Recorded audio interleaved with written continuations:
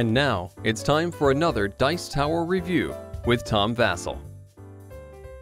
Hey folks, I'm Tom Vasel, and today I'm taking a look at Game of Thrones Catan, Brotherhood of the Watch. Alright, so obviously Game of Thrones is extremely popular, and Catan is one of the most popular games in the world, so why not put them together, thought somebody. And that's what this game is. This game is basically Catan, but it's like if you've never played Catan, I'll talk about that a little bit in this review, but I'm assuming most people watching have played Catan before, so this is like Catan, with a variant here that has to do with the Night Watch, guarding the wall against the wildlings. So this has some of the theme of the Game of Thrones series set into it, although it doesn't necessarily have, it doesn't have a lot of the stuff beyond just guys guarding the walls from the wildlings. So if you're looking for the Lannisters and House Stark, they're not really in here. It's just the men on the wall and wildlings. Even some of the stuff that comes on later in the series and books, it doesn't really show up here. It's kind of about that one specific thing. Them standing on the wall and guarding. Here's how it plays.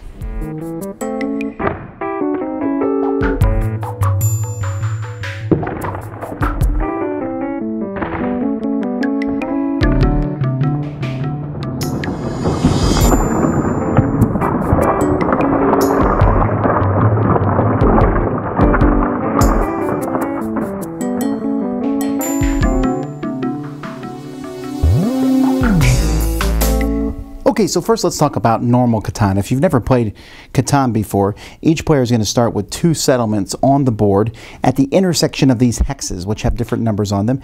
The hexes correspond to 5 different resources. We have wool, wood, brick, wheat, and ore. And you also start with some roads out on the board. So on a player's turn, they're going to roll 2 dice. They're going to look at the number that's rolled. So let's say they roll, for example, an 8. They'll look for that number out here. So an 8, anybody who's next to that hex is going to get 1 resource of that type. So here, red and yellow would each get 1 wood resource card, and the yellow player would also get 1 wheat resource because they're next to 2 8s. If a 7 is rolled, then instead of anyone getting resources, Tormund the robber is put out somewhere. He's going to cancel a number, and whoever puts him out can steal a card at random from that person's hand who's next to it. So if I put it here, I would steal 1 resource from the red player. Also, if you have more than 7 cards, when a 7 is rolled, you have to discard half of them to keep players from hoarding cards. Now, the reason you are trying to get these different resources is to build things. On your turn, you can trade with people. You can trade with the bank. You can trade 4 of the same goods. So I could trade 4 wood in for 1 sheep. That's a pretty bad deal, although if you're next to one of these things down here, you can trade in for a better rate. But you're going to try to build things. And wood and brick lets you build another road. One of these 4 different resources lets you build another settlement. Although a settlement has to be next to one of your roads, and it has to be 2 away from another settlement.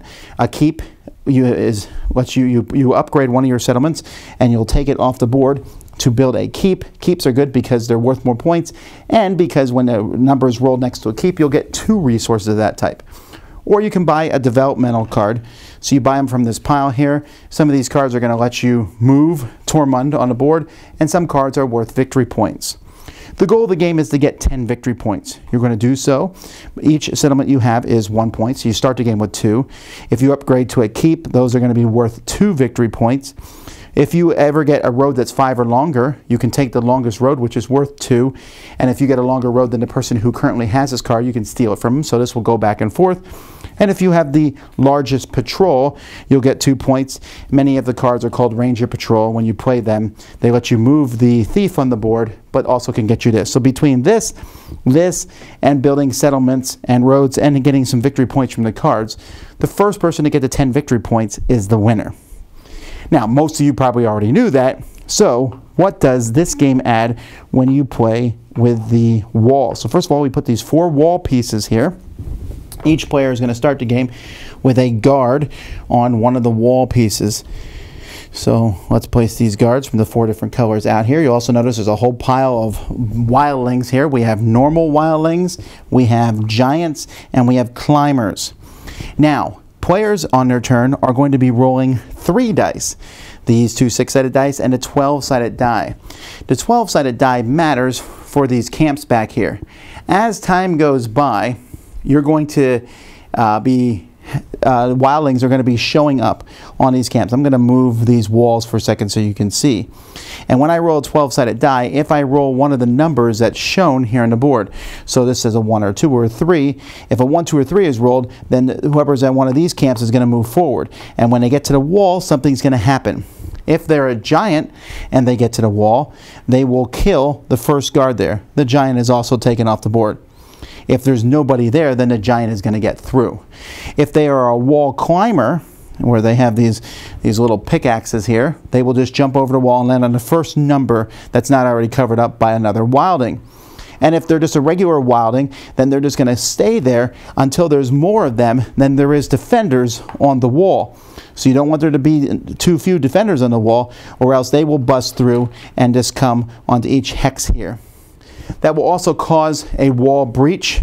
When a giant hits a wall that has nobody at it, he'll come over, and that causes a wall breach. The climbers don't cause one, but a regular wildlings, if there's more than the guards, it also causes a wall breach. 3 wall breaches and the game ends, and you can win the game, but it's considered to be a lesser victory at that point. In fact, I think the game calls it a tragic victory.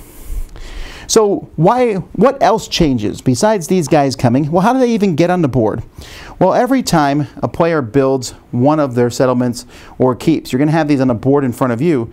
You pick a settlement, put it out, and then you'll flip this tile over underneath it, and it will show what kind is a regular wilding and which of the 3 camps that person will start at. So you'll add them to the first camp there.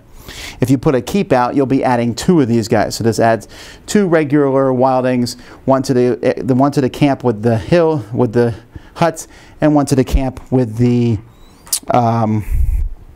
axes. And here, this one adds a climber, and so on and so forth. If you ever steal the longest road and the largest patrol from another player, or get one, you will also draw a random tile from the piles left over and add more wildlings. So that's how more wildlings are getting on the board. You rolling the die is going to be giving you how they move. The longest road and largest patrol flip over, and they're only worth 1 victory point in this side.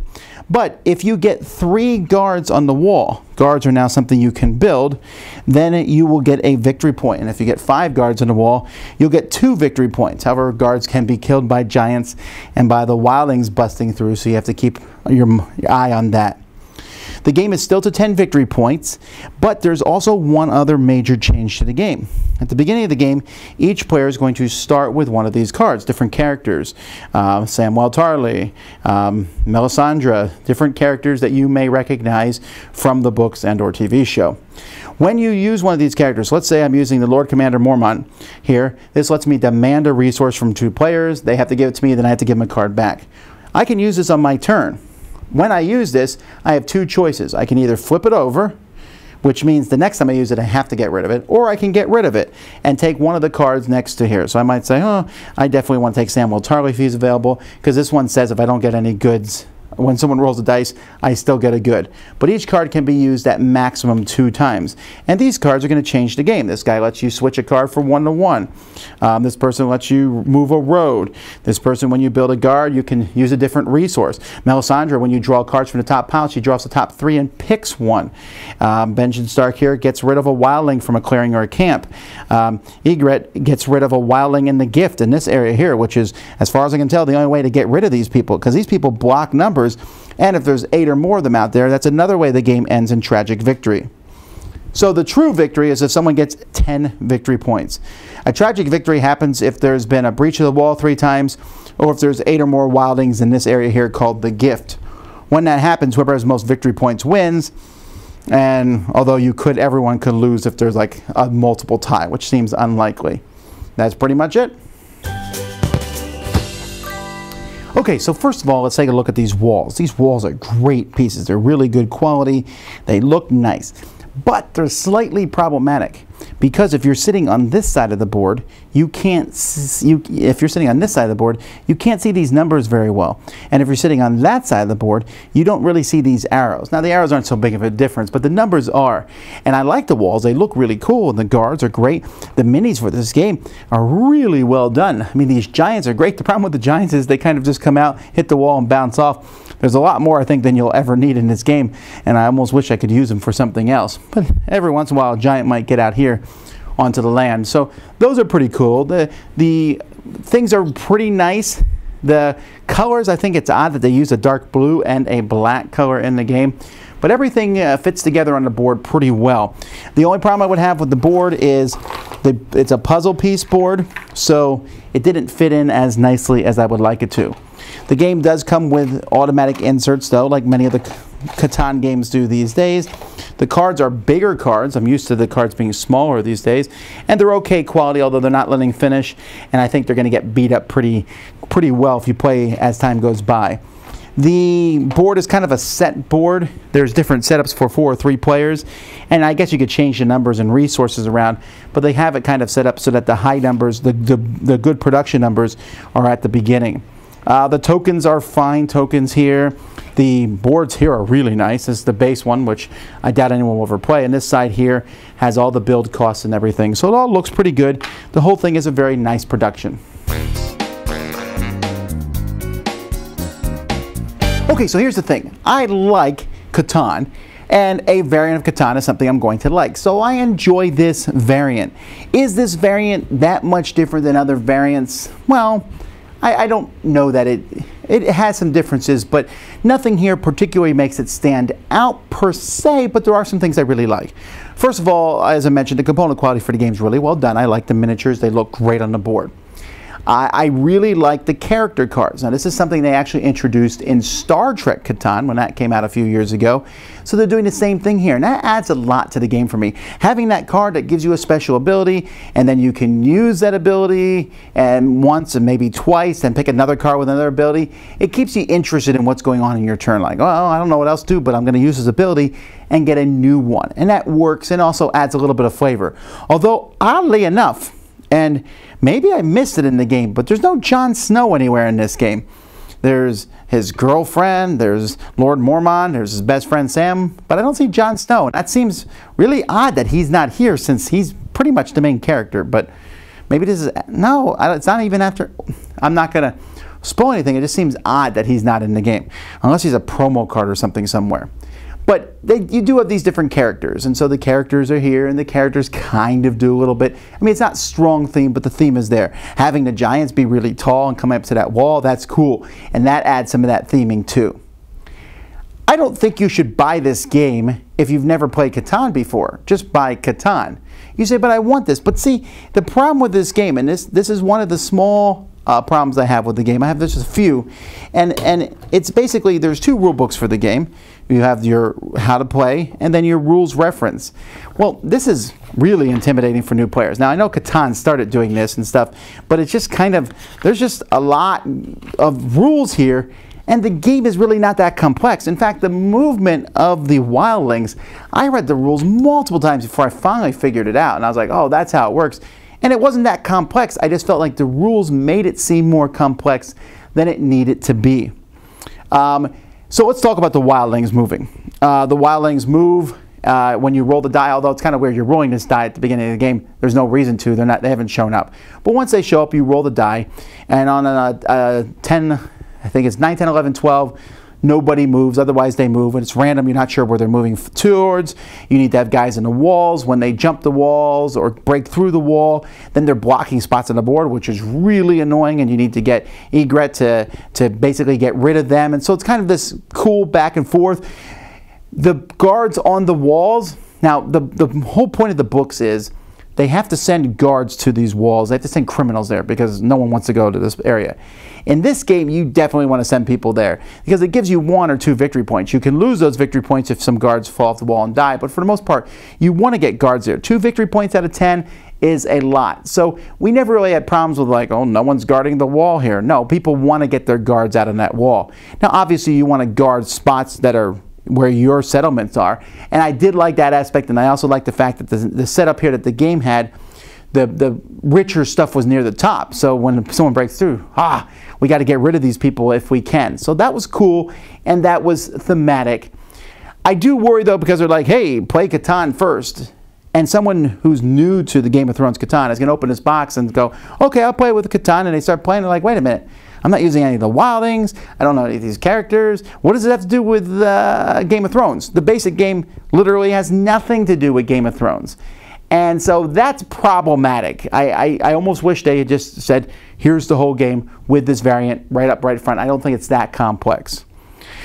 Still, it's a wash. It's a nice variant to Game of Thrones. I mean, to Catan. I don't know that it's like better than Fishermen of Catan, and a whole bunch of other variants have been introduced over the years. But if this brings a new audience who play Catan, that's good. I just hope that they don't get caught up by playing the base rules. They should play everything, really, because that will give them the Game of Thrones. I think if they play the base game, they might like it, but they also might be disappointed that there's no Game of Thrones in that base game.